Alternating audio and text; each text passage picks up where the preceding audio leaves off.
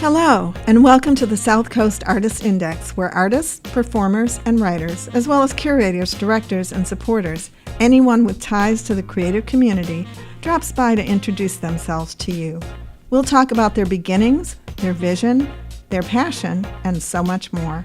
The South Coast Artist Index podcast is brought to you in part by Heavenly Spirits, who invites you to celebrate the art of life and creative communities everywhere.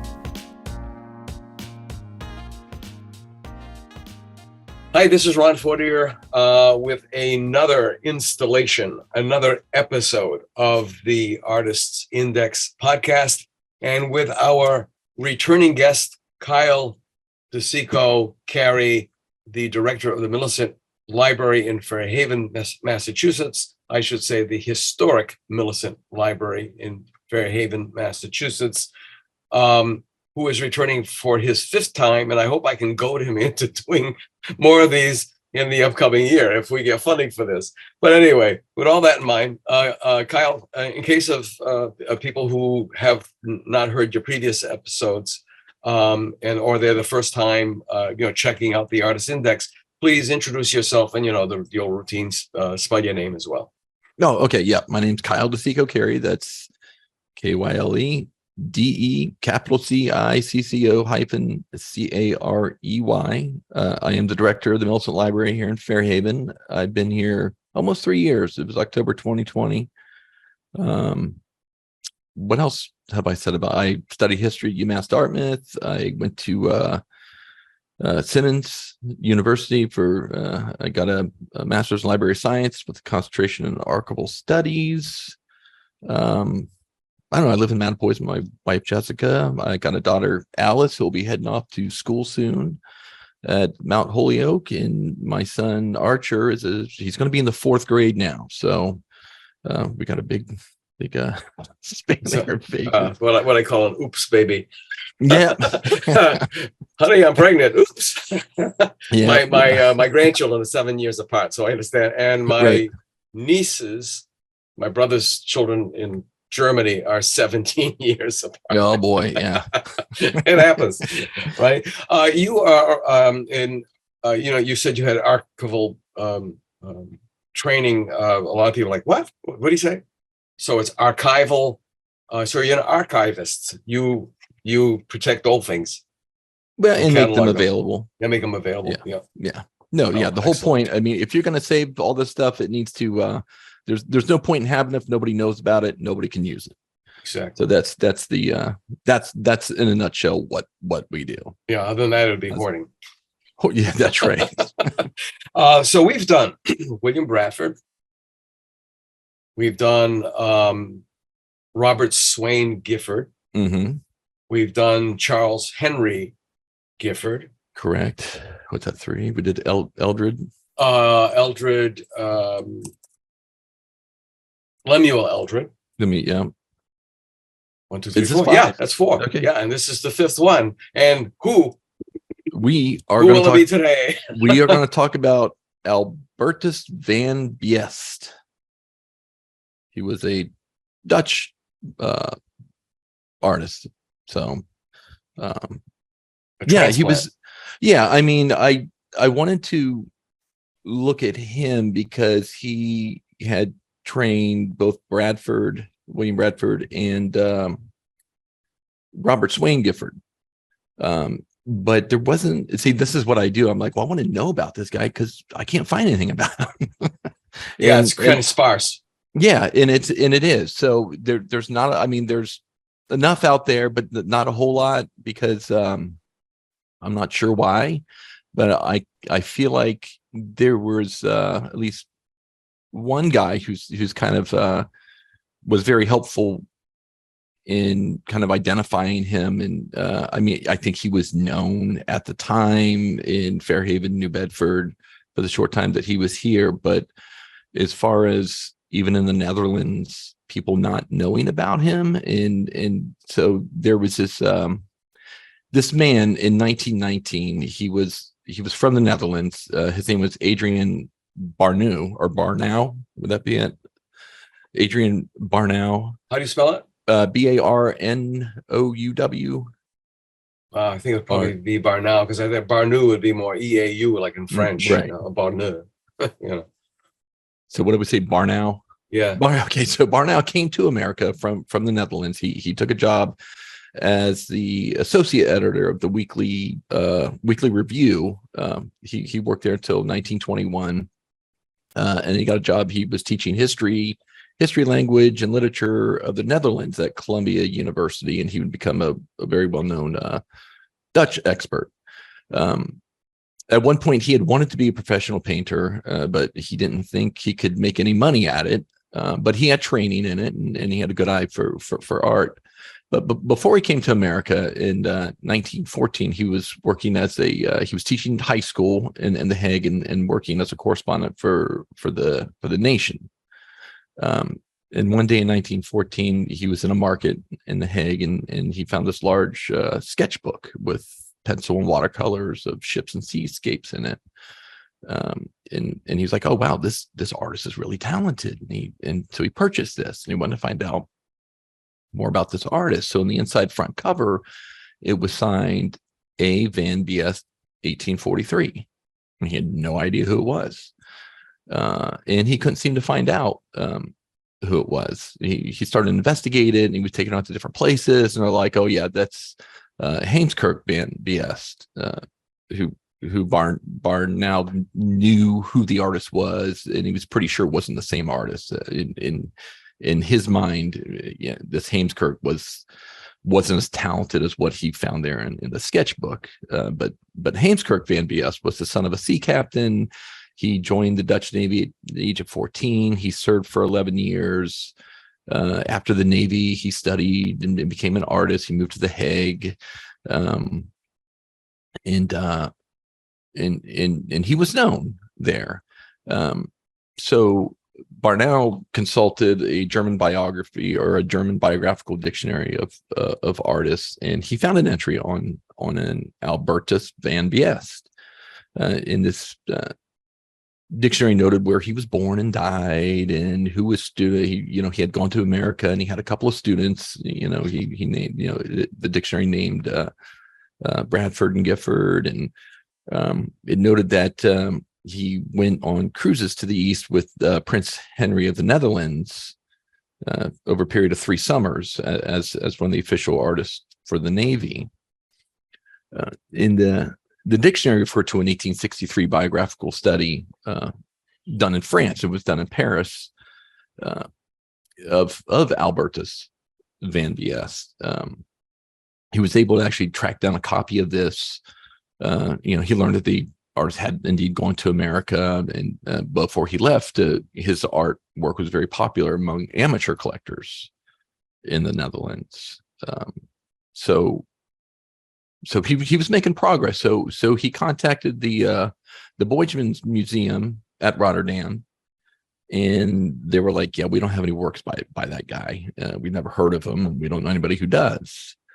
It actually turns out he did discover at some point, he had gone back and found out they did have one. It had on the frame had Heemskerk's name on it, but it was signed A. Van Beest. Actually, I think the museum today has around 10 works by him, but at the time, I don't know why they didn't look at that signature and be like, "Oh, wait a minute, this does," unless he thought the A looked like an H. I don't know. So, considering he had traveled as part of the official Dutch artist for the Dutch Navy, he went to the Royal House Archives, and they were told, or he was told, they don't have anything on that guy. However, they did have some sketchbooks belonging to Heemskerk Van Beest. He's like, "All right, can I see him?" And like, "Yeah, sure." And he looked at it, and it's like, they brought a couple out. One was labeled "Sketches of Sea Voyages of Prince Henry" by Heemskerk Van Beest, 1845. And he's looking at it, and he's like, "Yeah, this is not Heemskerk. This looks like the artist who did the work in the one that I purchased." And also, I think this is funny, some were signed by Albertus. That is kind of bizarre. I mean, and in preparing for this, a couple of the there's also conflicting biographies on him or statements about him. One was he was untrained, yet he trained Bradford and a couple of other guys in Fairhaven. Right. But Wikipedia says that he was trained by the Dutch. He was apprenticed by Jan Henrik van der Laar or van der Leer, double A's. I don't know how it's pronounced in Dutch. And not just one guy, two guys, and the marine painter Louis Mayer. And yeah, he did go to sea with Prince Henrik, and I mean, he was well traveled. Sure, yeah. And the only other thing that I could find is that he was a heavy drinker, quite a heavy drinker. Right. Yeah. Yeah. It's interesting because was it Van der Leer did his portrait when he was 18. So I think there was maybe a connection made there. It was like, well, he probably trained with him. I mean, a lot of times I think these stories people don't know, or, they try to embellish, people's stories and be like, oh no, he was self-taught. He's just natural. It's just like, this person was a brilliant artist and didn't need that kind of training. It just makes it for a better story. It does. Yeah, no, it is interesting because I did find that too. And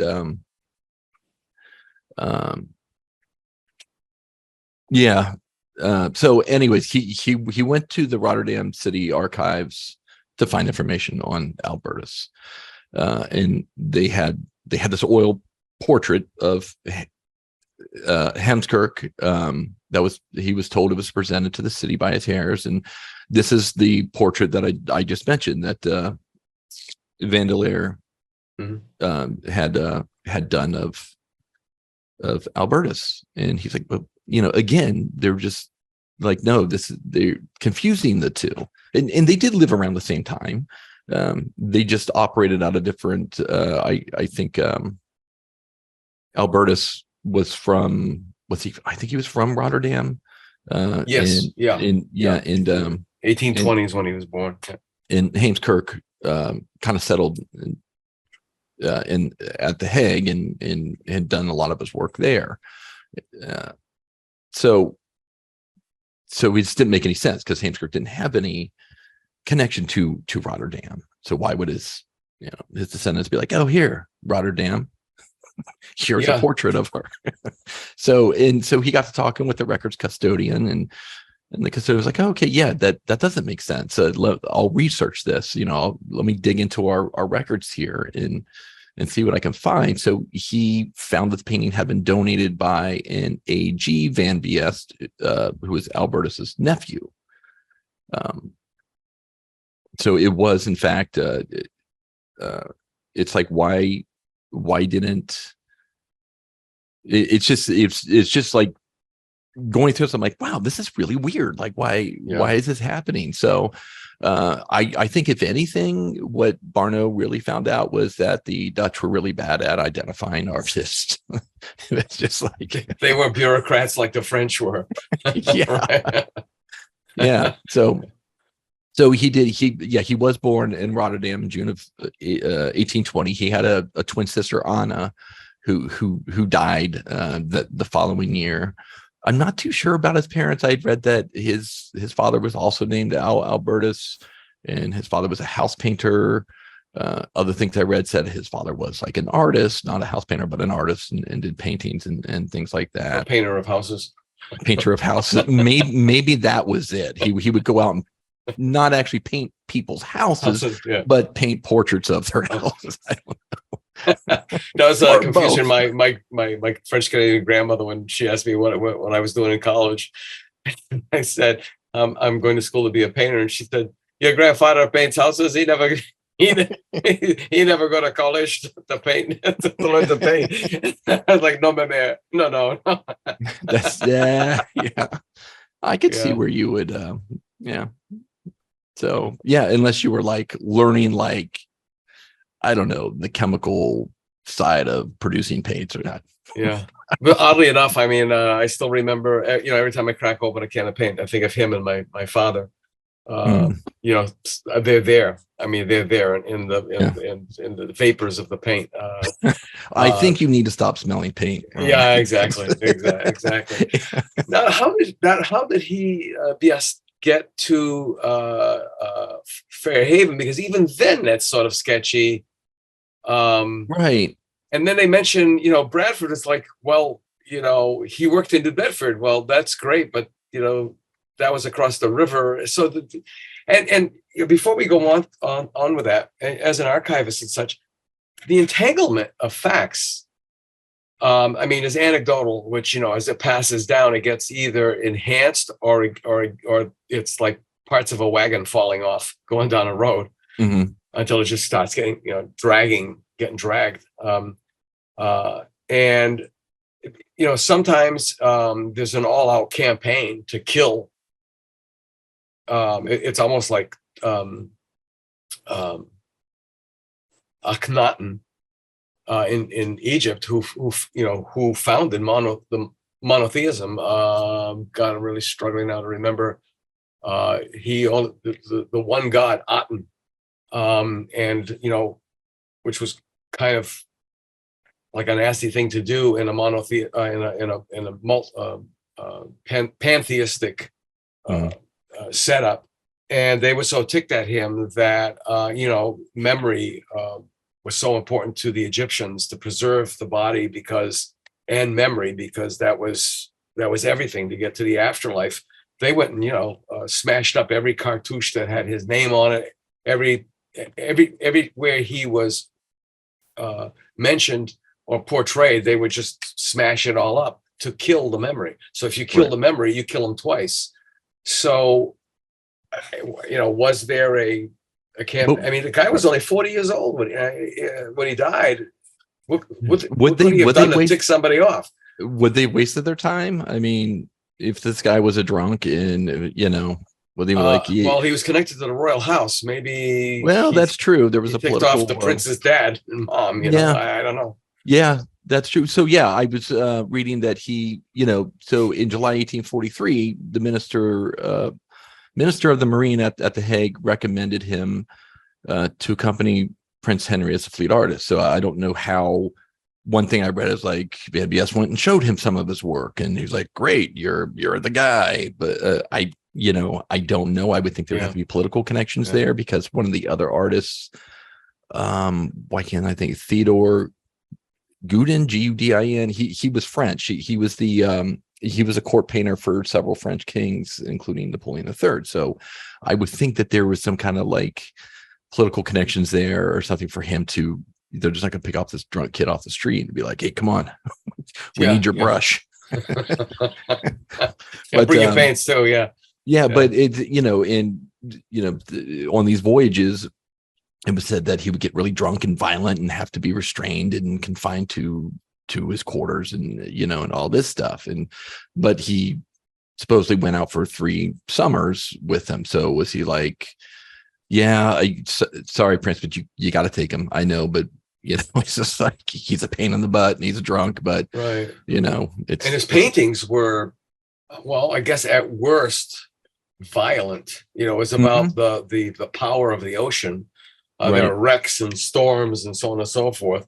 And the middle ground of his work would be moody, the moody ocean, moody skies. Again, that I think it was at a period of time where God was nature.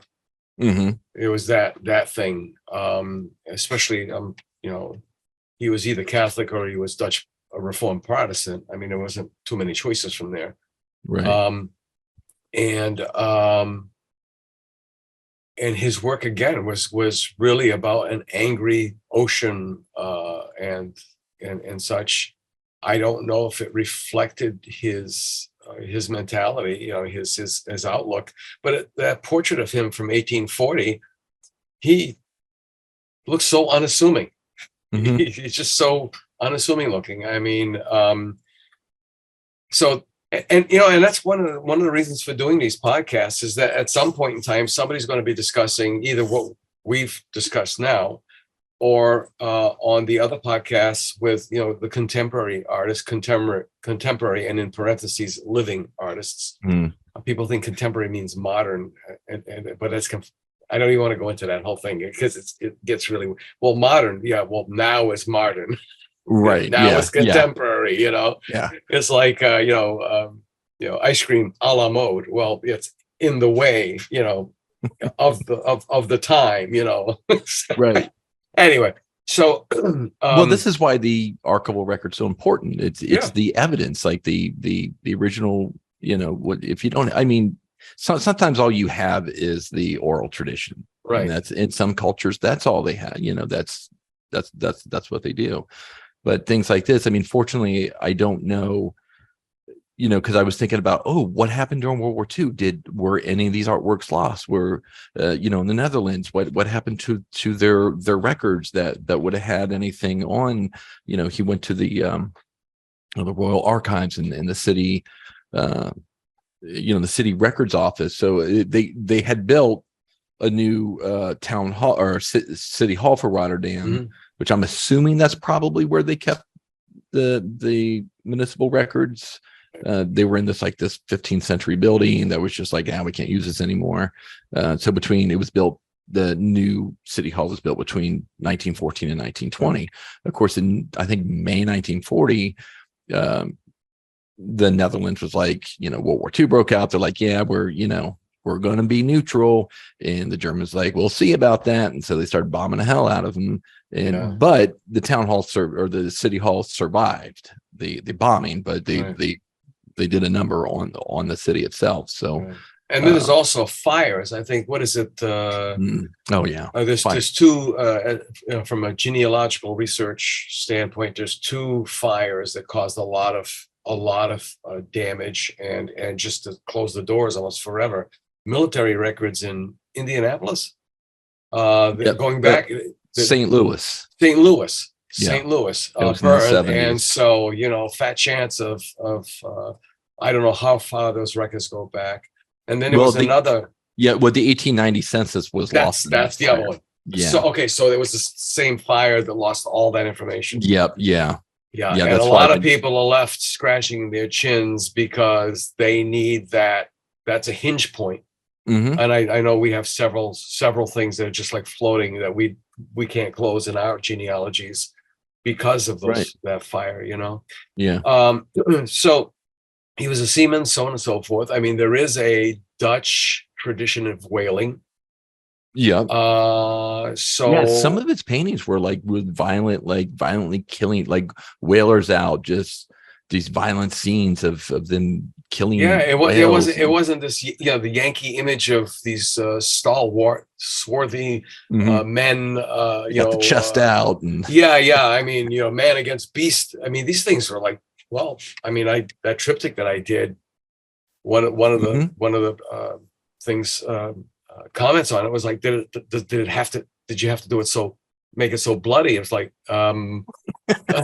well, you know, you've got like how many, a 3-ton animal, and you stick something in it, it's gonna bleed a heck of a lot, you know. Yeah. And it's not gonna be happy about it either, you know. It's gonna be like thrashing around.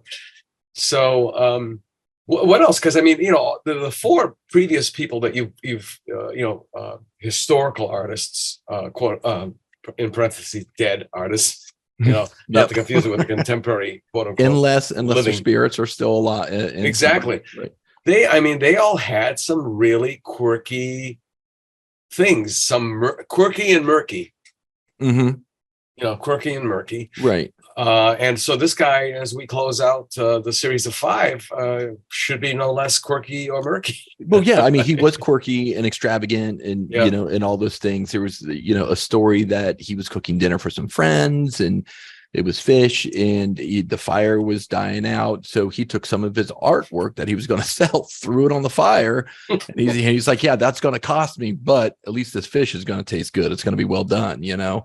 That's got to be the best story I've ever heard. I mean, you know, Albert Pinkham Ryder. I remember my art instructor Evan Firestone at SMU, Southeastern Massachusetts University, now University of Massachusetts Dartmouth, saying that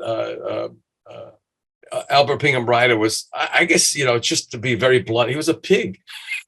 You know, Right. he was very unkept. You know, and he had like a path from his front door to I think to his kitchen, and then one from the kitchen to through the back door to the outhouse. And in the kitchen, they said he had a pot of soup that had been on that stove for decades. When it ran low, he just added more ingredients to it. I don't know, what kind of soup was it? I don't know. Whatever he had, he could throw in there. I mean, when you make me. sourdough, like some people use the starter for Yeah. decade, you know. I was like, was it a sourdough soup? I don't So I don't know, but I mean, that's got to be the best one I've ever heard. Bonfire of the Vanities, you know, Yeah. in reverse or something. I don't know. Right. Yeah. So I'm thinking maybe all these things, like with his excessive drinking and in his you know, these fits of rage that he would go on, and just his all around, you know, what else did he do that we don't know about? And was he just kind of like shunned there and couldn't find work, or, you know, that he left? He claimed that he joined the Russian Navy and spent a year in Iceland and explored the coast of Brazil before he came to America, where he landed in California and traveled overland to the East Coast. There was a story that in 1845, so he supposedly was with Prince Henry of the Netherlands on these voyages for 3 summers of 1843, 44, and 45. So the story that in 1845, he told his mother he was going away for a couple days. He just packed up his art materials, nothing left, and left and went to America and never came back. He did the same thing when he left New York. He just, I think did it say he had family? Yes, he had family in New York. Okay. And just bye. Or not even that, just walked out. Yeah, I don't know. There was also a potato blight in 1845, 46 in the Netherlands, and crop shortages. So, I mean, did that play into it? I guess leave mom behind and go eat. So the blight was similar to the blight in Ireland, which oddly nobody ever really mentions. Yeah, well, apparently didn't cause there was widespread hunger, but it wasn't on the same level. Well, because the government didn't get involved like the British did, but that's right. You know, a whole other story. So there was one other thing that I was thinking of. I was thinking he may have came over. So Prince Henry visited Nova Scotia for 17 days in August of 1845. So it's possible if he did come to America, maybe he came over as part of that, and either he was just along for the ride or he just jumped ship and said, see ya. But he had a history of just picking up and moving, right? Yep. Yeah. So, well, maybe that could explain why a lot of his stuff is not around, because either A, he used it for cooking fuel, B, he ticked off somebody so bad they said, screw him. Yeah. Yeah. And also, I don't what was going on politically in the Netherlands. See, that's why I'm like hoping. I'm like, I hope Ron knows something about Dutch history. I mean, I remember the tulip thing where they tried to make tulips the currency of the land, not a gold-based standard, but a tulip-based standard. There was that. Oh, and this guy was quirky. Yeah. And, you know, the Dutch, for all their orderliness and cleanliness, you know, they had issues. I'm thinking Van Gogh, you know, or Van Gogh. The people who don't know, they're supposed to say Van Gogh. I was brought up with Van Gogh. Me too. And then it's like, oh, darling, no, it's Van Gogh. And you know, so they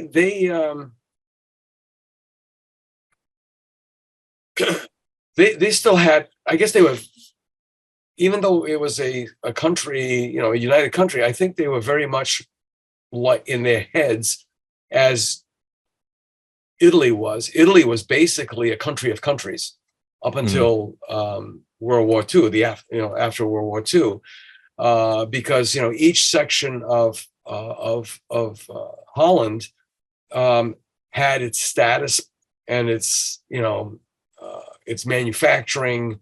Whether the status came from manufacturing, whether it came as a center of government, and what the heck was the other thing? Oh, and then of course, religion-wise, all of the major cities were split between the Catholics and the Reformed Protestant Reformed Church, or Reformed Protestant Church. Yeah, I don't know why they had to reform. Probably was actually even more austere than Calvinism. Was Calvin Dutch, or was he? Yeah, I don't know. Calvin would. I don't remember. Yeah. Anyways, and that's one of those things that sends you, searching on Google or whatever, so there's a lot of, there are many factors that affect lives. I mean, in 100 years from now, people are going to be looking at the artists that are now functioning in this area, for example, and they're going to run up any one of the people in the creative community, and they're going to wonder, gee, why did their style change all of a sudden? Or why did this happen? And then unless they know about the pandemic, or unless they know of the pandemic, and unless they understand of the implications of the pandemic, they'll never try to connect the dots that, their art changed because of the pandemic. People were forced to stay inside, It gave them more time for self-reflection. It's just like an artist going along the merry little way, trying to make a life for themselves, and then they bump into another artist of the same caliber or of a higher social status that now changes their entire perspective on everything. So you just never know. There's just too many factors to. Right. And unless this artist kept a detailed diary, it's like and that even survives. Even then, I mean, I've gotten into the habit of keeping a morning journal, my 3 pages, because of a book that my sister-in-law gave me for my last birthday. And it's like doing a mind dump pretty much in the morning. And for example, I put in a notation, I'll have a podcast with Kyle, and then I spell out your entire name, because I'm thinking, okay, in years from now, who the hell is this Kyle guy? Yeah. Why did you say who this Kyle guy was, right? Right. Because that same exact thing, the way we were trained at SMU, Southeastern Massachusetts University, was that whatever you do has to be complete, and with the consideration that if it, our work, we were taught to use the best materials and best techniques for perpetuity as much as possible, so that in the future, when somebody came across our work, it was still intact. So, and you did it also because it was, even in death, there was still a pride factor, because now people could admire you for your craftsmanship, not just your artistic vision and integrity. But I think most people, right from the self, they're not thinking, this is, people are going to be reading this in the future. They might even be mortified to think that somebody would read it. So I think, I've seen diaries that clearly they didn't want anybody to be reading this thing. It's like, but also, so when there was a locked clasp for a reason, buddy. yeah, that's right. You needed that little key, little plastic key but no, I worked in this archives. This is up at Harvard. We brought in freshmen, and we'd always give them like an introductory, and we showed them like, student diaries and things like that the students kept. And one of them's like, and they're just writing about just everyday things, and they were all like amazed by it because it was such a different time. And but then we're like, if you kept the diary, something like that, you could give it to us. And the reaction was like, no one's going to read it's boring. It's like, but it is to you, but not 150 years from now. Like right. but not to a historian or an archivist, right, because it's a window into your personality, your mind, your time on the planet. Yeah. So Wow. yeah, unless somebody, unless Van Beest kept this, and but so speaking of diaries, so we don't know exactly when he came over. As far as him appearing in any newspapers or in records, we don't see anything until like the 1850s. In 1857, the New Bedford Mercury reported, they did a little write-up on him. They said he came to America. He landed in Philadelphia on December 24th, 1854. I don't see, again, it's like, where did they get this information? Did they ask him? Was he being truthful? William Bradford's daughter, Mary Bradford, recalled that her father met him in New York on a business trip in early 1855. This is when they met.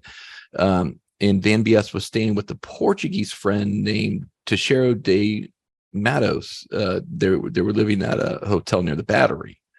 And Bradford offered to give them lodging, presumably back in Fairhaven, in exchange for instruction. So Bradford must have known him, or known, like, you just went like meet some guy at a hotel and be like, hey, you want to come to my house and live and teach me to paint? But apparently this Portuguese friend lived with him for 2 years too. But it's just like somebody, I haven't consulted all the published sources, but it's a name that was new to me. I don't recall him coming up. Was he an artist? Was he just, there was an artist with a similar name from the Netherlands around. I just found a brief mention of him that was born in 1811 and died in 1848, I think, but maybe that's who it was. But so it's not clear when he came, but he did, he was in Fairhaven, and Henry David Thoreau kept the diary. Yes.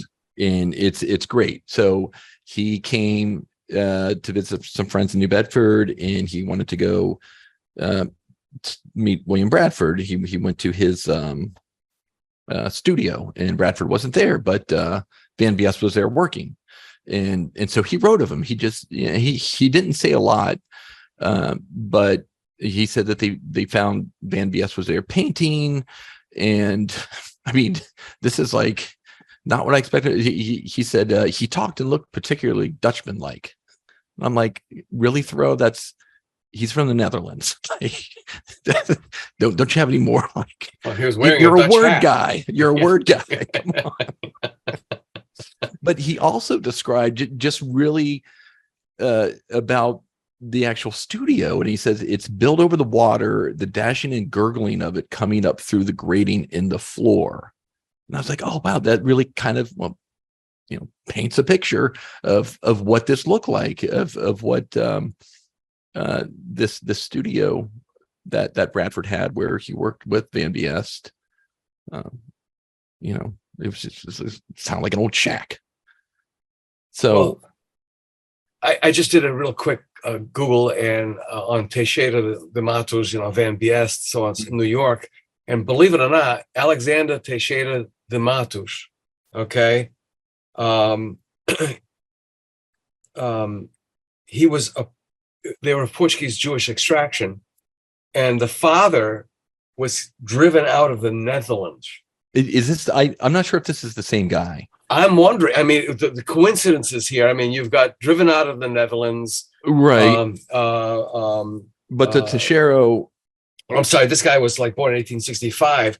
Right. So perhaps it was the father who was maybe his father. Yeah. Yeah. But again, when you said that, it's like, okay, especially this being such a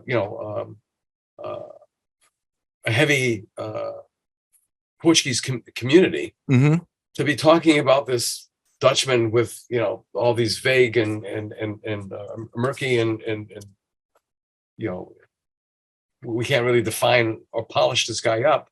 And then you talk about this Teixeira de Matos, which is actually not a first and last name, but it's a last name. Mm-hmm. Well, Joseph also came up too. That may have been one born in it. It was like Joseph Teixeira. Right. So yeah. This is something I want to look more into. See, but there's got to be something about this guy. You always do this. These you are always do this. Yeah. You always find these rabbit holes that are so great. Like the guy who's the medium who just like channels our Swain Gifford, Robert Swain Gifford, and they made national news. Yeah. So okay, go ahead. I'm sorry. And then I'm like, well, where exactly was Bradford Studios? Because I know where it was. At least I know where one of them was, but one of the sources or a couple of them said that after he met Van Beest in New York, they went back to his studio that was on the old Kempton farm in Acushnet. Mm-hmm. Which I've heard that before. And this farm, I'm not sure who the Kemptons were, but it was later owned by Laura Keene, who was the 19th century actress who starred in the play Our American Cousin at Ford's Theater in 1865. She was there on stage when President Lincoln was shot. So she came to this area in Acushnet, and they named a street near there, Laura Keene Avenue or Street or something like that. Another jaw drop, by the way. Yep. It's just like I was telling my wife, I'm like, what is with it? Like, what's going on here? Why this is such a small tent? But speaking with the Crockett Endowed Chair curator at the Whaling Museum, Naomi Slip, and it's like, she's like, it seems like all roads lead from or to New Bedford. Mm-hmm. I mean, it's just amazing. This is like an epicenter. Everybody talks about New York and Paris and stuff. It's like, hey, yeah, we're too shabby over here. Yeah. So I think maybe they had some connection here. Maybe he had a studio there, but he did have a studio on Church Street near the end of Main Street. It's on the 1855 map. It's just, it's W. Bradford. There's actually a plaque down there commemorating the spot. It looks like it would have been a great spot. And he also had a studio later, I think, on Union Wharf, but I'm not sure where that was. And it was also around this time that he met Robert Swain Gifford. Van Beest met Robert Swain Gifford and saw his work and said, "Hey, I'd be happy to train you too." So, and Gifford had a studio in New Bedford with sculptor Walton Ricketson, who knew Van Beest, and Ricketson had talked about him, Van Beest, wearing this like artistic cap with a tassel on the back, and it's that he was fond of, wore all the time, but it always clashed with his clothing. It didn't, just didn't look right. And there were other accounts of Van Beest when he was here. He was just nervous and impulsive in his movements, and his dress was eccentric, and his habit was eccentric. And it all goes back to this personality, mm-hmm. in back in the Netherlands that didn't seem to kind of match up with him being connected with this, with the Dutch fleet and mm-hmm. all that stuff. And also his methods, which I loved. So to get deep brown shades, he would often soak old cigar stumps in dishes and cups, and he would just leave them laying everywhere, and he would use those in his work. And he would also spit tobacco juice like directly on the work to give it like sepia colors. Oh, DNA. Yeah, but DNA does break down. I don't know if it would last on the artwork. I don't, but still, I was like, this is great. Yeah, and he had his own studio. Do you know where Ricketson's block was? I'm assuming in New Bedford. Yeah, it's I believe that was where CVPA is. Okay. Which became the Star Store. Okay. Yeah. Yeah. All right. Yeah. Yeah. So he had a studio there, but it was said that he didn't like visitors. He would kind of like, and he lived there too. So he'd lock himself in his room. And if mm-hmm. someone came knocking on his door, he would just yell, "Painting water." You don't seascape. Painting water, yeah. He seems like, almost a romantic version of the artiste. Uh-huh. It's a stereotypical artist that temperamental, bellicose, you name all, just throw all the terms at this guy, put it into his funky little hat, which when you said that, I'm thinking of when Van Gogh went to Arles and he did those portraits of his friends, I think his landlords. There's at least one or two of the men wearing one of those hats. It's almost like a French paysan hat, the partisan hat, but it's, I think, velvety, and it has tassels on it. It's sort of like a crossover from something from to use the old-fashioned term, the Orient, just meaning from the East, because they also had like these, what I guess turned into smoking jackets that was almost like a complete ensemble. Right. Hey, I've seen hats that I thought were really cool, and then I'm like, but I would just look goofy in it. Oh, that's right. Yeah, now I'm thinking it was the Turks. It was a Turkish thing. Okay. Yep. Yeah, there was a big connection between those two things. So it's the smallest little details that lead you to probably discovery plateaus. It gives you a basis to go to the next step and level. Right. Wow. But he worked. I know he collaborated with William Bradford on some artwork. They worked together. They also exhibited together. And I guess one story is they were exhibiting together, and Bradford did something that really irked him, and it was a trivial thing, but Van Beest was so mad to the point he talked about shooting Bradford. And Van Beest had this friend, Dr. Edward Sisson, who seemed to be the only person who could calm him down. He would often go to Sisson, or if Sisson was there, he'd be like, no, let's, he would talk sense into him. And so he never shot him. I guess that's where I'm going with that story. But by 1857, Van Beest had moved to New York, and he wasn't there long, and he came back to New Bedford, and then he went back in 1859, and he opened he started working out of a studio on Broadway. I think the address was 765 Broadway. But by the fall of 1860, he was dying of stomach cancer, and Bradford, he still had a lot of respect for him. He came. I mean, obviously the shooting thing didn't bother him. He came up to see him, and he passed away October 8th, 1860 at St. Luke's Hospital in New York. And I believe he's buried at the Greenwood Cemetery in Brooklyn. But what I mean, this is all just a big, like, who did he know in New York? Who was it? There's still a lot of questions and things unknown about him. Well, one of the original goals of the Artists Index was to create something similar to Ancestry.com, but rather than familial ties, it was going to be, I don't even have a term for it because I haven't really thought about it deeply enough, because there are so many other moving parts, and as we're moving on forward, and we're waiting for our filing on nonprofit status, and that's going to open up a whole bunch of doors. I want to go back to that. But okay, so Van Beest was trained by Van Laar in the Netherlands, but then he trained William Bradford. Mm-hmm. William Bradford trained Lemuel.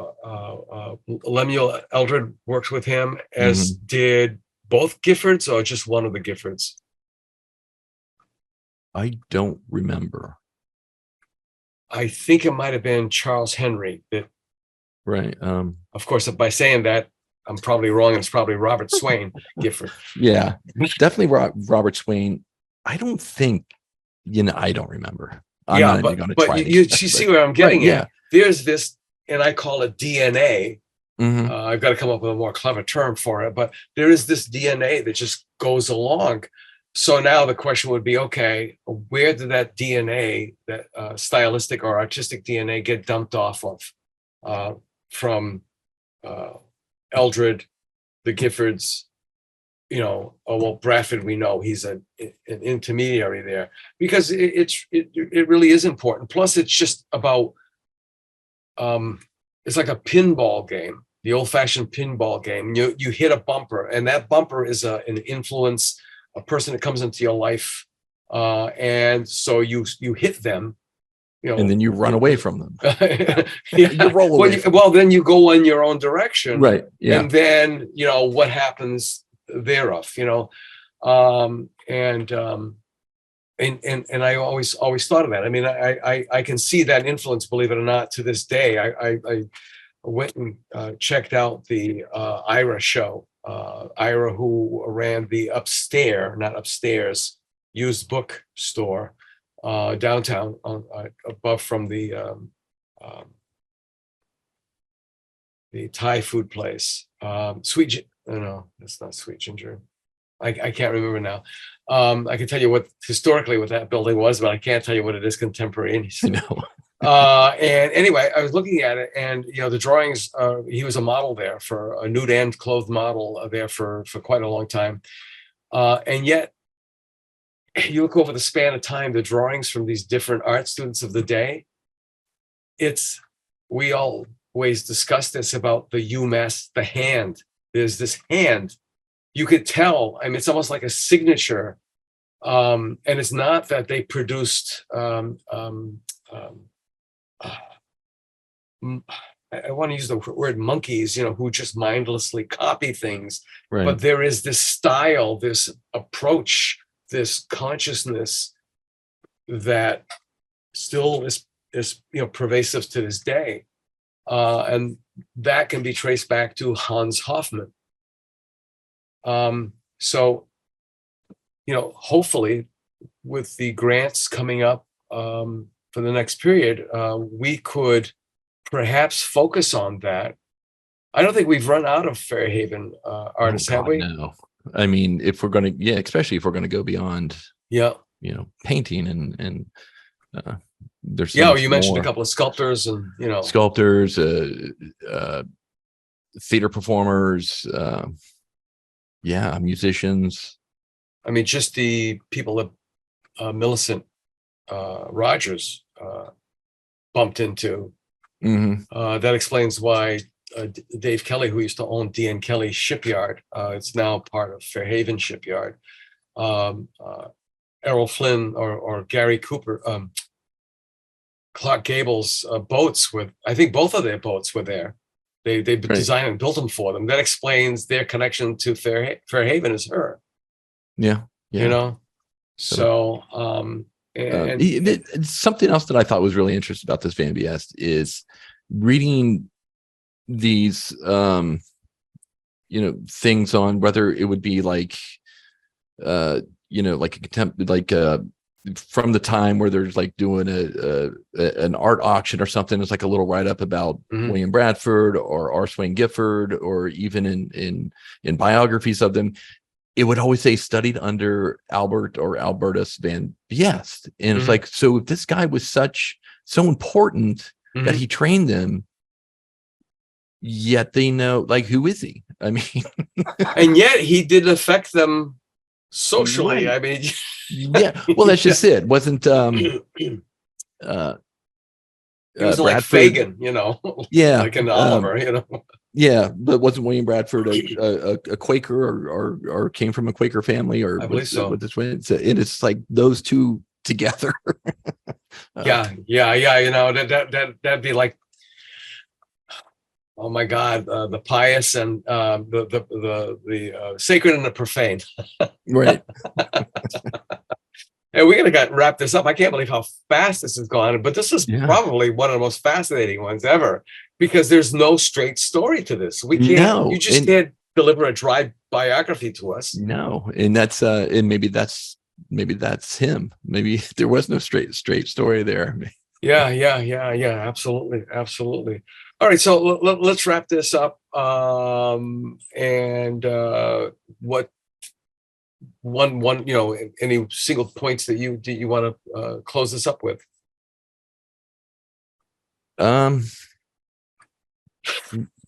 Yeah, no, I mean, I don't think this guy can be closed up until we know more. Yeah, he's got to be revisited. He does. We need to. We almost have to look at him from the angle of what we were kind of discussing in kind of a parallel conversation of his influence on these other people to try to build this pyramid or this structure, or this graph or whatever, the show. Right. I mean, this guy was, it's like he came, he did his thing, and he disappeared. Well, he just appeared and then disappeared. Yeah. Almost like was it the Legend of Saint Germain or whatever? Just comes into town and disappears. Well, with that in mind, okay, we're going to wrap this up. Well, this is Round 40, and we've been speaking with our guest, Kyle DeCicco-Carey, who is the director of the Millicent Library in Fairhaven, Massachusetts. And this is the 5th installation of a 5-part series on Fairhaven-based or associated artists. And we hope to do more next year based on the funding that we get from the Mass Cultural Council and the local cultural councils, associated cultural councils. With that in mind, thanks so much for joining us. And remember that art is the best form of protest. So with that in mind, goodbye. We'll see you next week for another episode of the South Coast Artist Index podcast. To learn more about the South Coast Artist Index, visit theartistindex.com. Find us on Facebook, Instagram, and YouTube.